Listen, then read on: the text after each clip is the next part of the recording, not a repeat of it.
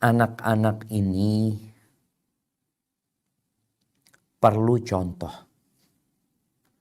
Makanya anak sedih ya ketika sholat di beberapa masjid kampung ya. Anak-anak itu berangkat sendiri. Sholat fardu, sholat 5 waktu ini. Sholat maghrib, kadang-kala anak-anak berangkat. Orang tuanya enggak. Keluarganya enggak. Jadi ini anak main-main gitu.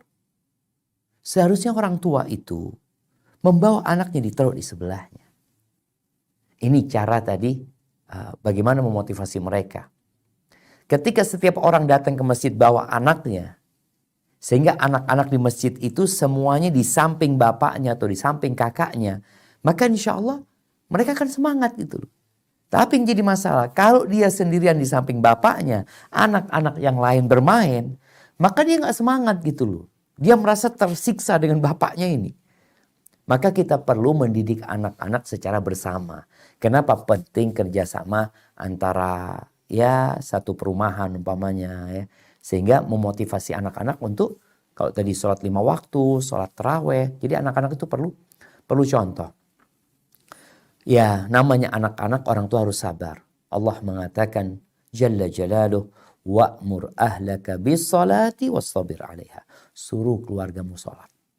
Sabar. Jadi kesabaran orang tua. Kemudian yang kedua perlu dikasih contoh. Tadi contoh dari orang tua, contoh dari anak-anak yang udah benar. Sehingga kita lihat Masya Allah fulan tuh ya. Yang ketiga perlu dikasih motivasi.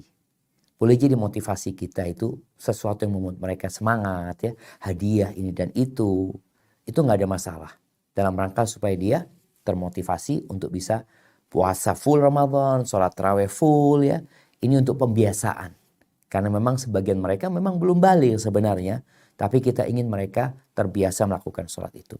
Kemudian yang keempat yang terpenting doa. Bagaimana Nabi Ibrahim alaihissalam. Beliau berdoa untuk dirinya dan anak-anaknya.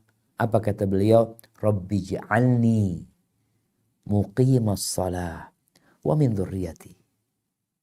Ya Allah, jadikan aku orang yang mendirikan sholat dan dari anak keturunanku. Dan subhanallah anak keturunannya Nabi Ibrahim, Nabi Ismail. Allah sebutkan wa kana ya'muru ahlahu bis shalah. Dia biasa nyuruh keluarganya sholat. Jadi orang tua harus berdoa, memohon kepada Allah untuk kebaikan anak-anaknya. Bukan hanya urusan dunianya, tapi urusan agamanya. Hada wallahu a'lam bissawab.